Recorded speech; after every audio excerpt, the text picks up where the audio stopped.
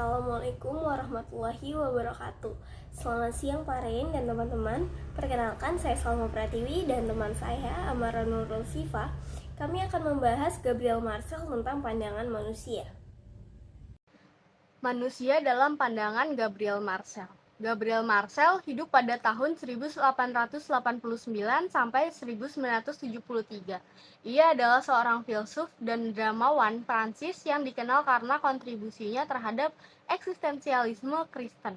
Pandangannya tentang manusia mencerminkan kekhawatiran akan alienasi modern dan kebutuhan akan hubungan antara manusia yang autentik.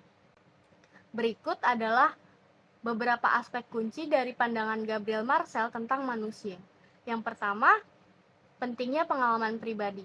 Marcel menekankan pentingnya pengalaman pribadi dalam pemahaman manusia. Ia melihat manusia sebagai makhluk yang terlibat dalam eksistensi konkret dan menentang pandangan yang mengabstraksi manusia menjadi konsep-konsep umum atau ide-ide. Yang kedua ada alienasi dan objektifikasi. Marcel mengkritik alienasi modern yang menyebabkan manusia kehilangan keautentikan dalam hubungan mereka. Ia menentang objektifikasi manusia dan pandangan instrumental tentang orang lain, yang dapat menyebabkan kehilangan nilai-nilai manusiawi dan kehilangan hubungan antara manusia yang nyata. Yang ketiga, misteri dan partisipasi. Marcel mengembangkan konsep misteri, yang menunjukkan bahwa realitas terlalu dalam dan kompleks untuk dipahami sepenuhnya melalui analisis intelektual. Ia memandang manusia sebagai makhluk yang harus terlibat secara penuh dalam misteri eksistensi melalui partisipasi emosional dan spiritual. Yang keempat ada kebebasan dan tanggung jawab. Marcel memandang kebebasan sebagai suatu hal yang kompleks. Ia mengakui kebebasan sebagai kekuatan yang memberikan nilai pada tindakan manusia. Tapi juga menyatakan bahwa kebebasan ini membawa tanggung jawab. Tanggung jawab adalah aspek yang tidak terpisahkan dari kebebasan manusia. Yang kelima ada dialektika harapan dan keputusasaan. Marcel mengakui ketegangan antara harapan dan keputusasaan dalam kehidupan manusia. Seseorang dapat merasakan harapan dan kegembiraan, tapi juga dapat mengalami keputusasaan dan kekosongan. Dia menekankan pentingnya memahami dinamika ini dalam perjalanan eksistensi manusia. Yang keenam, ada komunitas dan hubungan antar manusia. Marcel menyoroti komunitas dan hubungan antar manusia yang otentik. Ia menentang individualisme yang berlebihan dan menekankan bahwa manusia mencapai keautentikan melalui hubungan yang penuh kasih dan pertanggungjawaban terhadap orang lain. Yang terakhir ada eksistensialisme Kristen. Sebagai eksistensialis Kristen, Marcel membawa dimensi rohaniah ke dalam pemikirannya. Ia memandang manusia sebagai makhluk yang mencari makna dan nilai mutlak, dan meletakkan dasar eksistensialisme Kristen dengan menyoroti pentingnya transendensi dan hubungan dengan Tuhan. Oleh karena itu, pandangan Gabriel Marcel tentang manusia menciptakan jembatan antara eksistensialisme dan spiritualitas Kristen, menekankan nilai-nilai personal, hubungan yang otentik, dan partisipasi aktif dalam misteri eksistensi manusia. Selanjutnya ada ide Marcel tentang ada dan mempunyai. Gabriel Marcel ini memiliki pemikiran yang khas mengenai konsep ada dan mempunyai, yang melibatkan pemahaman yang mendalam terhadap eksistensi manusia dan hubungannya dengan dunia. Nah, ide-ide ini mencerminkan kritik Marcel terhadap pandangan dunia tuh yang terlalu materi dan objektif. Nah, ada beberapa penjelasan singkat nih tentang konsep ada dan mempunyai dalam pemikiran Marcel. Yang pertama ada, Marcel ini menekankan bahwa manusia bukan hanya sekedar ada atau entitas objektif, tapi sebaliknya, kita sebagai individu ini adalah eksistensi yang lebih dalam dan penuh makna. Ada dalam konteks Marcel ini melibatkan eksistensi yang bersifat personal, subjektif, dan memiliki kedalaman spiritual. Nah, Marcel juga menyatakan bahwa manusia itu tidak dapat direduksi menjadi suatu yang dapat dimiliki atau diukur. Kehidupan manusia ini adalah suatu misteri dan penting buat kita pahami bahwa kita ini memiliki relasi yang penuh makna dari diri kita sendiri, orang lain, dan dunia. Yang kedua ada mempunyai. Pemilikan dan objektivitas ini adalah konsep mempunyai yang lebih berkaitan dengan dimensi objektif dan materi dunia. Marcel ini menyoroti bahaya dari pemikiran yang terlalu memilikan atau objektif tentang dunia maupun manusia. Objektivitas ini dapat menyebabkan kehilangan nilai-nilai personal yang membuat biasanya hubungan antar manusia ini jadi lebih dangkal. Mempunyai dalam arti materialisme ini dapat mengarah pada pandangan yang memandang manusia sebagai sekadar objek atau komoditas. Ini bisa menciptakan perasaan aliansi dan kekosongan karena nilai-nilai personal ini diabaikan demi barang-barang materi. Nah, ada hubungan antar menis dan komunitas Marcel. Itu menekankan bahwa makna sejati hidup itu ditemukan dalam hubungan antar manusia dan komunitas yang otentik. Sifat personal dan misteri dalam Ada menggarisbawahi pentingnya interaksi manusiawi yang penuh makna, di mana orang-orang ini biasanya saling mendukung, peduli, bertanggung jawab satu sama lain gitu. Ketidakpastian dan ketidaksempurnaan ini Marcel menolak pandangan yang memandang hubungan itu sebagai suatu yang dapat direduksi atau dikuasai sepenuhnya. Ketidakpastian dan ketidaksempurnaan dalam hubungan ini membuatnya menjadi suatu yang lebih dari sekedar transaksi objektif. Gabriel Marcel ini mau mengatasi pandangan reduktif yang terlalu biasanya mendikotomikan antara ada dan mempunyai, dengan menegaskan pentingnya dimensi personal dan spiritual dalam kehidupan manusia. Nah, melalui pendekatannya ini, ia berusaha meresapi makna eksistensi manusia dan konteks relasi personal yang biasanya penuh makna. Selanjutnya ada ide Marcel tentang problem dan misteri. Dalam pemikirannya, Gabriel Marcel membedakan antara dua konsep penting, yaitu problem atau masalah dan misteri. Dalam konteks Marcel, kedua konsep ini memiliki implikasi filosofis dan eksistensial yang mendalam. Berikut adalah penjelasan mengenai ide Marcel tentang problem dan misteri. Yang pertama, kita akan bahas problem atau masalah. Nah, dalam problem itu ada sifat objektif dan materialistik. Menurut Marcel, problem atau masalah cenderung berkaitan dengan sifat objektif dan materialistik dari kenyataan. Problem dapat didefinisikan, diukur, dan dipecahkan secara analisis. Ini bersifat lebih eksternal dan dapat didekati dengan metode ilmiah atau logika formal. Yang kedua ada pemecahan dan reduksi. Problem dalam pandangan Marcel dapat dipecahkan atau diatasi melalui pemikiran atau tindakan. Orang dapat mengembangkan solusi atau strategi untuk menangani problem dengan pendekatan rasional dan sistematis. Yang ketiga ada alienasi dan pemisahan. Meskipun problem dapat dipecahkan, Marcel menyatakan bahwa fokus berlebihan pada solusi problem dapat menyebabkan alienasi dan pemisahan dari aspek eksistensial dan spiritual dari kehidupan. Terlalu banyak penekanan pada problem solving juga dapat mengurangi makna dan nilai-nilai pribadi. Selanjutnya ada misteri.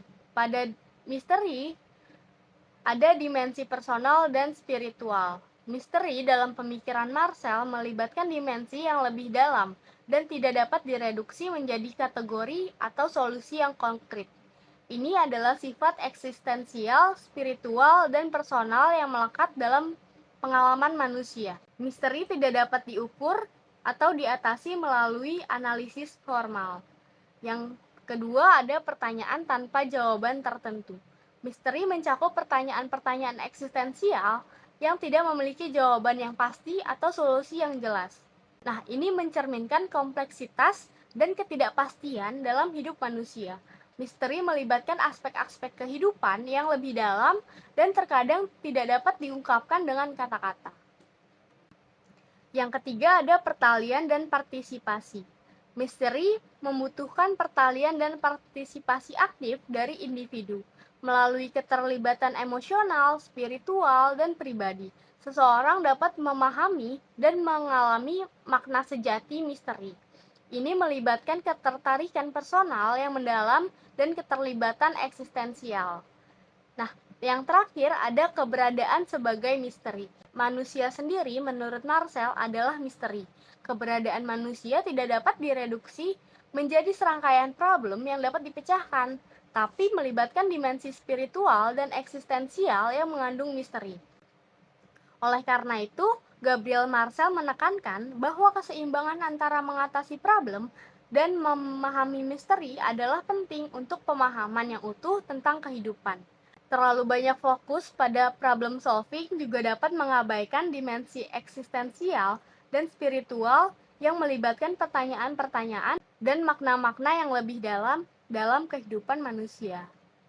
Gabriel Marcel tentang aku dan engkau, aku dan ia. Dalam pemikiran Gabriel Marcel tentang aku dan engkau dan aku dan ia, ini mencerminkan dua cara yang berbeda dalam hubungan dengan realitas dan orang lain.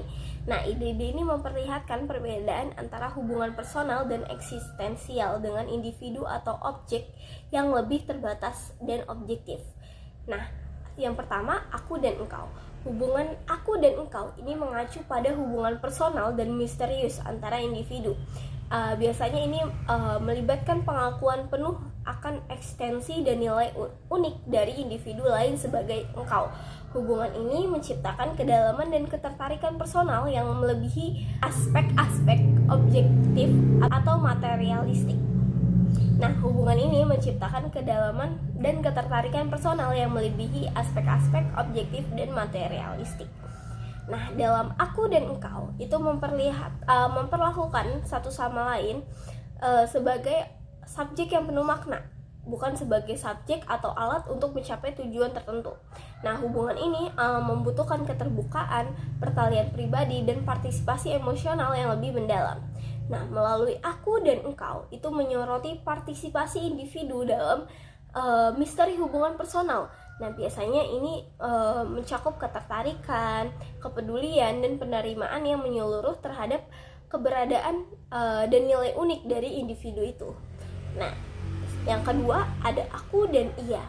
Nah, objektifikasi dan penekanan pada objek aku dan ia ini mencerminkan hubungan yang lebih terbatas dan terfokus pada entitas yang dianggap sebagai ia.